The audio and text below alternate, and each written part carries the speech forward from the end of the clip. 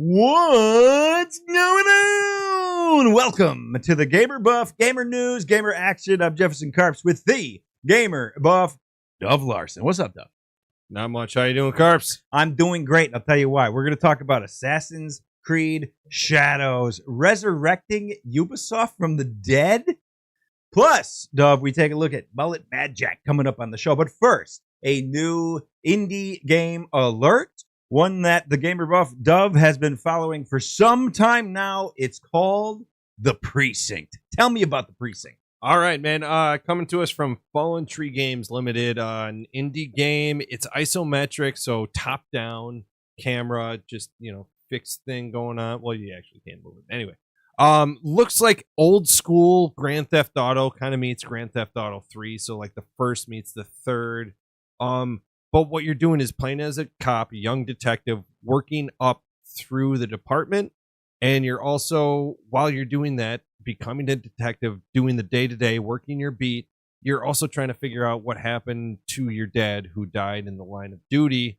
So your dad was a cop. Your dad was a cop, and you're trying to figure that out long term. Your father was a cop. His father before him was a cop. His father before him was a cop. So basically, no, trust me. So basically, you start as like this little beat cop. Yeah. Right? Yeah. You're walking the beat. You're literally walking the beat. Yes, sir. And then you have to work your way up by doing good, solid police work. Like you're Joe fucking Kenda. And you work your way up to becoming a detective or more. And you're trying to all the time solve like this unsolved, murder of your cop father. Yeah. Yeah, and that's part of it. A lot of people were comparing it early on to Grand Theft Auto, and I know I gave that comparison with the camera angles and kind of like the overall art, but it really is more of like a cop simulator with mystery in there and a full procedurally generated sandbox world where the crimes are popping up manually. You have to play this by the book. You can't just go in guns blazing if someone's, graffitiing a wall or, talking back to someone, just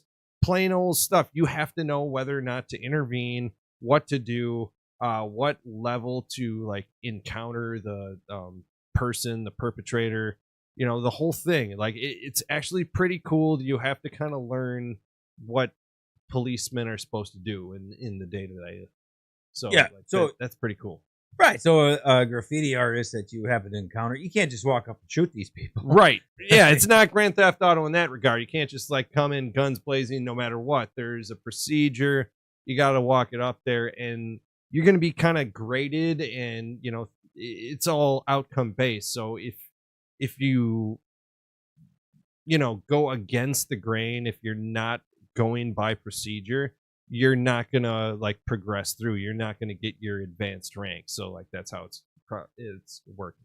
It's The Precinct release date trailer, brand new. It's out on YouTube now. The release date trailer, The Precinct. It's coming out on May 13th of 2025. And Duff, there's a similar game in the works that they're kind of going to battle here. Yeah, with like the release one date, week right? After the other. Like the actual graphics look very similar. It's called Delivery at All Costs.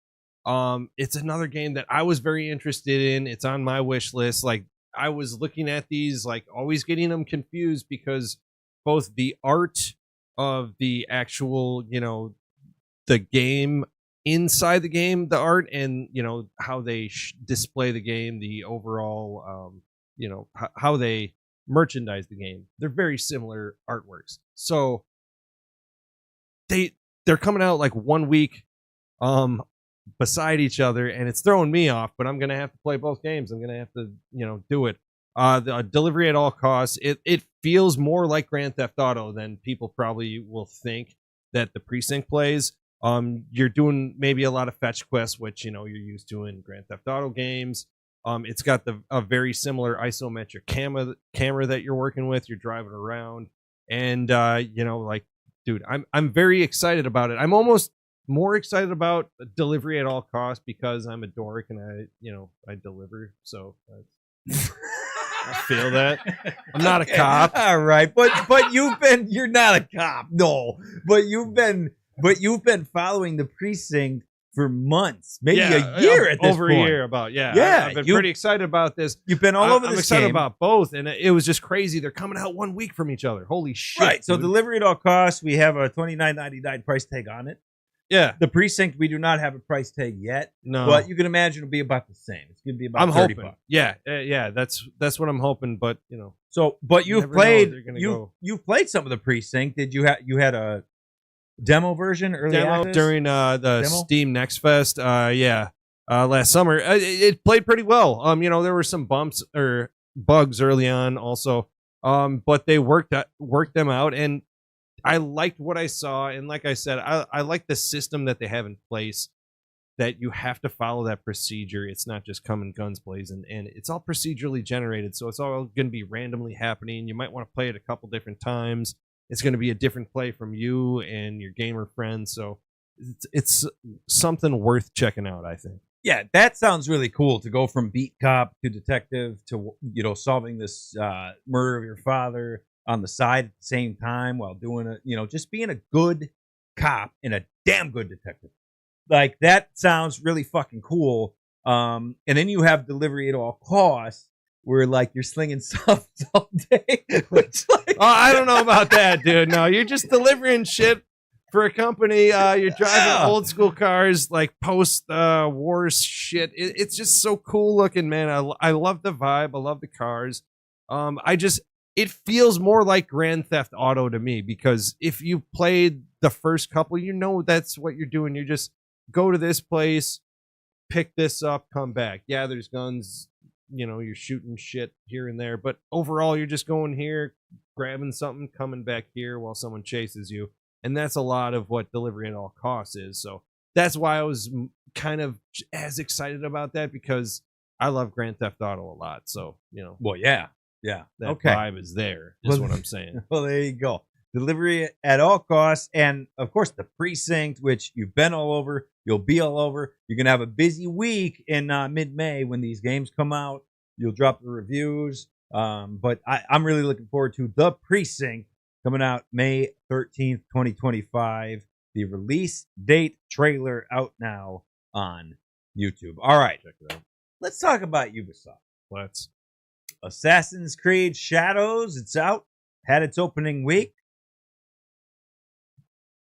And it dominated its opening week. Yeah. This is the win that Ubisoft desperately needed, and that few, yourself included, saw coming. Over 3 million players in its opening week. The second highest day one players in Assassin's Creed franchise history. And, ladies and germs, it's officially the biggest Ubisoft game ever on the PlayStation Store. And I hate to say, I told you so. Oh, I planted my Captain flag on Flip-Flop Assassin's over Creed here. Shadow, and Yeah, I never wavered, my friend. You wavered. Never. That flag, it moved a lot. Never wavered. I said this is going to be a monster. I get one flag a year, and I planted it there, and look at him deliver. This, in all seriousness, this is Ubisoft. This is a Ubisoft saving release right now. Yeah, at the moment, they haven't released the final sales number, which I'm going to be really interested to see. But as you said, they had over 3 million consecutive players. One of the best sellers on PlayStation Store ever for them. So it's big. It's good. It's gotten decent reviews. So Ubisoft is obviously going to parlay that into, their next business adventure with Tencent. And, that is what is next for them. Yeah. So our last show, the rumor mill was that Ubisoft was looking to start a new entity, and the rumor mill has now become a fact. Ubisoft is partnering with Tencent. Tencent is in for 25% on a new subsidiary, and that will carry the games, or their franchises, Assassin's Their best Creed, ones, yeah. Rainbow Six, and Far Cry. They're very best. The very best they're of their top IP. sellers, yeah. They're exclusive IPs, and I don't know, man. I think it's all based on the very early and very recent success of Assassin's Creed Shadow.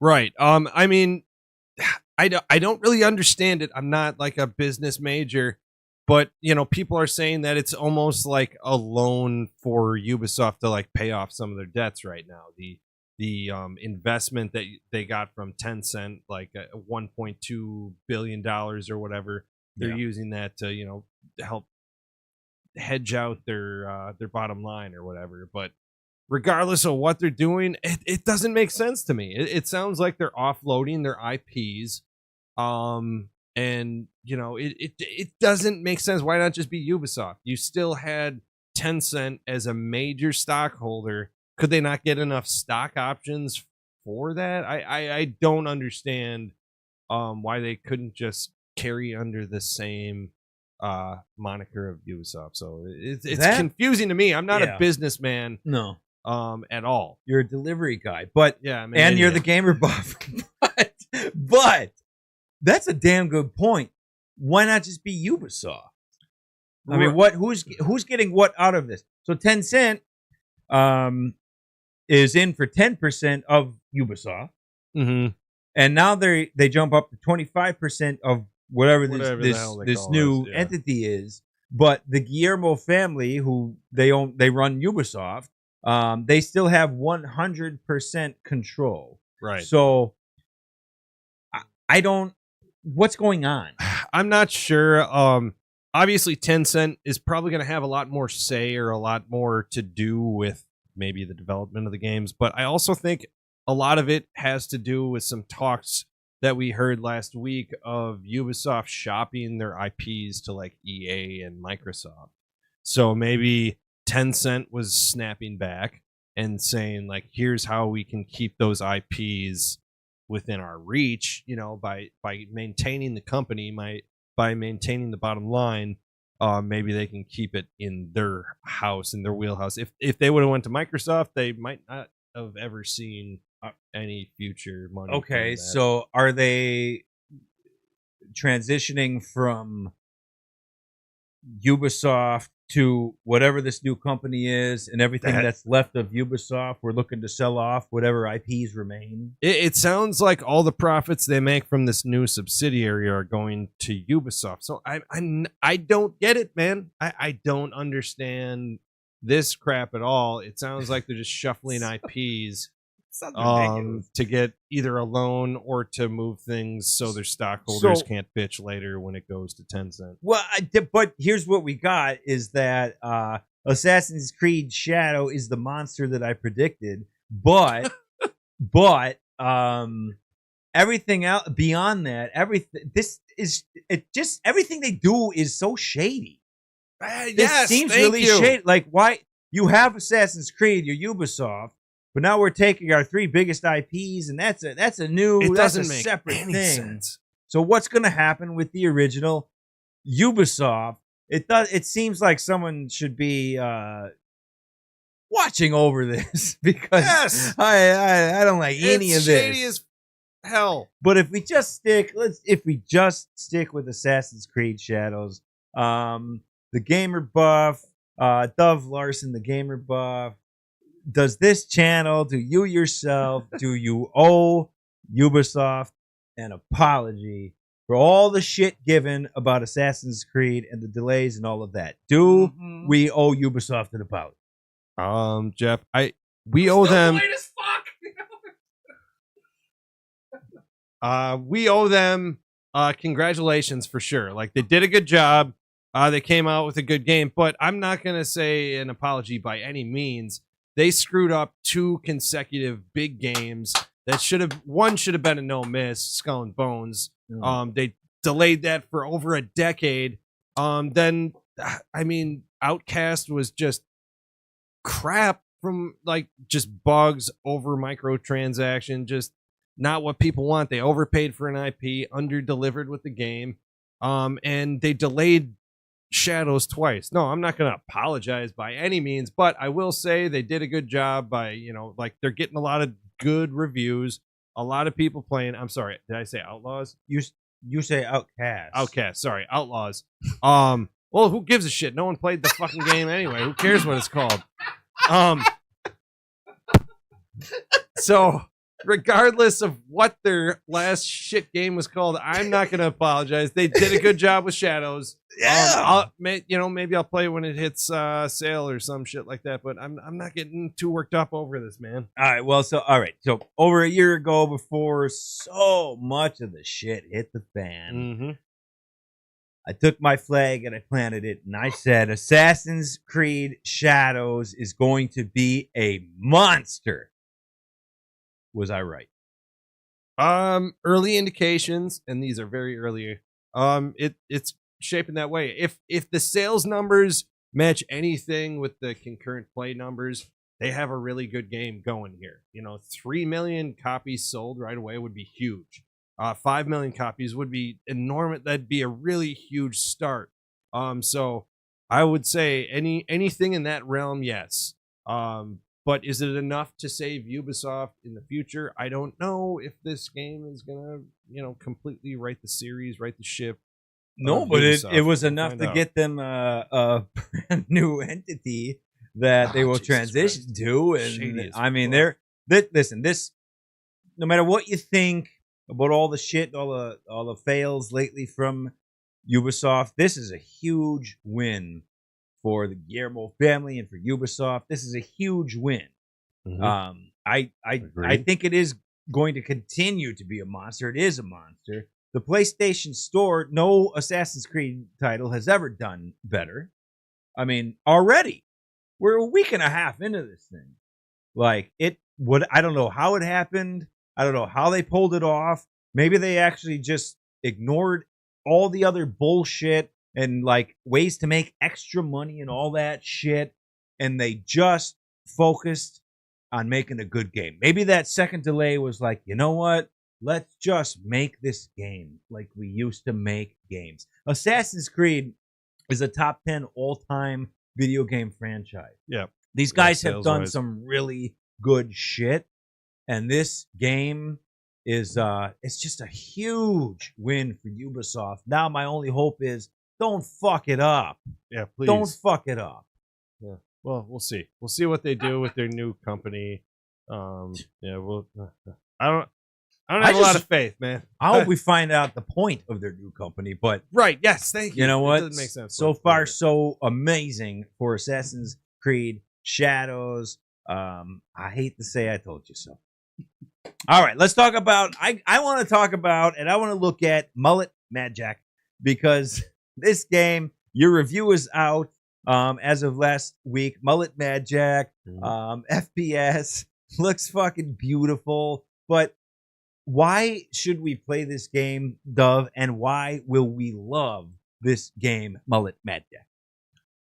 It's fast paced. It's a great retro callback. The art style is nailed. I love the music. Like between rounds, it has like a little bit of elevator music. You find yourself, nodding your head to a little bossa nova style. And like it's so quick. It feels like a modern game when it comes to controls. It's fast paced, but it has a retro look. You get that like kind of 8-bit, 16-bit kind of look of the enemies. Really cool artistic backgrounds, but you move so quick. The aiming's really sharp. It's smooth. The roguelike elements really hit. It makes you strategize, makes you plan everything out. And it's a lot of fun, man. I just think anyone who likes those old Doom games or Quake or Duke Nukem, anything like that, you might really like Mullet Madjack. It calls to those, but it feels like modern day with the controls, man. Dude, right. And Dove, it's not gonna wear you out, right? Like it's not gonna... absolutely. The best part of this is it doesn't wear out its welcome at all. Like it's one of those, if you're an amazing like first person shooter, boomer shooter type player, you might be able to finish this one in like 2 sittings or something. Like if you're amazing, like Neo Matrix style, maybe one, but most of us mere mortals, it's going to take a few sittings, and it doesn't feel like a slog at the end, but it definitely increases the difficulty. It's worth a run through. Check out Mullet Madjack. Mullet Madjack, the review, the official indie spotlight from the Dove. It's out now at Two Hats to the Beard. And by the way, for those Nintendo fans, we're talking N64 on the live stream this week. Don't forget to check out Two Hats to the Beard live. As this week, it's out there now. This week, we crowned the best ever N64 game, and it's going to get heated. Punches will be thrown. I mean, it's ridiculous. How do you do that? Well, we do it with our N64 Tournament of Champions. Do not miss that. Dove? Yeah. So I understand that right now, Mullet Madjack, we talked about Mullet Madjack, but what else are you playing right now? What's going on? What's on your mind? Right now, I'm playing Twilight Monk. It's an indie Metroidvania. It looks a lot like Nine Souls. It doesn't quite play that hard, but it's really fun. So far I'm really digging it. It's got a cool story. They stole it from some comic book. And dude, I love how they got the platforming right, which, if you've seen any of my other reviews, you got to get that right if you're making a Metroidvania or anything like that. Like, it's got to be smooth. They did that. They do a good job. They have a great upgrade system. The art's beautiful. The music's really mood setting, and like you could just hit the pause menu and just chill. Maybe enjoy a bowl or two if you're in a state that lets you do that. And it's just a great chill Metroidvania. And I would check it out. It's got some cool lore too. So man, it's fun. Twilight Monk. On Steam and Nintendo Switch. Twilight Monk. Dove, if you're just getting to know the gamer buff, thank you for being here. We are heavy on the indie. No one's doing indie games better than the gamer buff Dove Larson right now. Nobody. So he tells you want to check out Twilight Monk, you want to check out Twilight Monk. That's all there is to it. Hey, Jim Adams of Two Hats to the Beard. Hello. Hi, Jim. Fantastic show. The people have not heard from you in probably 3 weeks. Yeah, I had massive diarrhea and vomiting issues. But I'm That back was 3 now. weeks ago, or 2 weeks ago, and then last week I had a life crisis. A mental breakdown, I think they Mental call it. breakdown. You're right. Big time. Your brain broke. But listen, this was an amazing show, and I think it was worth the wait for other people. Couple of things, though, real quick. Twilight Monk sounds really good. So as far as I can tell, you simulate a random old man watching Tony Shalhoub at 7 p.m., which I'm really excited about. Yes! I told you! A little bit of he was going to go with the guys from Monk joke. I told you! Damn it! I told Dove. Am I that predictable? In the pre-show meeting, I said he's going with the dude from Monk joke, and he said, "No, I gotta make it a Robert Pattinson joke because of Twilight." And that's too obvious. Man, Yeah, yes, no. too obvious. Gotcha, baby. No, but Yes. can we just get serious for a second, though? You are so predictable. Like the precinct sounds really awesome. Yeah, hey. I'm legitimately jacked. This is really cool. But there's also an NYPD Blue game that you did not mention for some reason. But the majority of it's just Dennis Franz's bare ass. So I understand that. But otherwise, it's a dated reference. Thank you. As long as Mark Paul Gosselaar's there, I'm in. Yes. I am in. Wow, I knew he couldn't resist a Monk joke. I knew it. Damn it. I knew Fantastic it. show, though, guys. That was amazing. Like, Thanks, bud. You know our boy Jim, but I know our boy Jim. You know what I mean? Yeah, but that was the best call I've made since I said that Assassin's Creed Shadows through it all would still be a monster. Here it is. Would still be a monster. He's the gamer buff, Dove Larson. Like, share, subscribe for more content. You got Dove's Digital Deep Dive. You got the Indie Spotlights. You got the Gamer Buff Podcast, the Two Hats to the Beard. Thank you guys for hanging out with us. Appreciate you. We will do it again in a week. Hey, fellas. Game on! Game on! Monk. fucking do it. Damn it! Dude was great in Wings. It's amazing, right? Dude was so good in Wings. His character in Wings. I know he was like, And he could drive it. yeah, he's the head honcho in Monk, but like in Wings, Yeah. I mean that made his career.